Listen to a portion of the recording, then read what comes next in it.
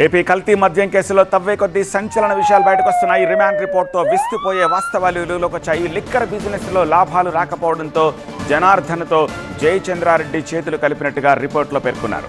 ఇద్దరు అధిక సంఖ్యలో మద్యం షాపులు దక్కించుకొని 2025 జూన్ నుంచి కల్తీ మద్యం తయారీ చేస్తున్నట్టు వెల్లడించారు. అలాగే హైదరాబాద్ నుంచి ట్యాక్స్ చెల్లించకుండా లిక్కర్ తీసుకొచ్చి ఏఎన్ఆర్ బార్లో అమ్మకాలు జరిపినట్టు గుర్తించారు.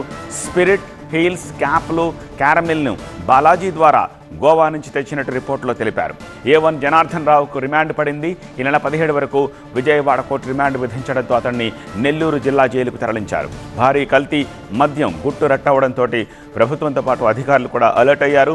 జనార్దన్ ఇచ్చిన సమాచారంతో ఏపీ వ్యాప్తంగా పలుచోట్ల తనిఖీలు చేశారు. ముఖ్యంగా విశాఖ, శ్రీకాకుళం, అనకాపల్లి, ఏలూరు, రాజమండ్రి, విజయవాడల్లో ముమ్మర తనిఖీలు చేశారు.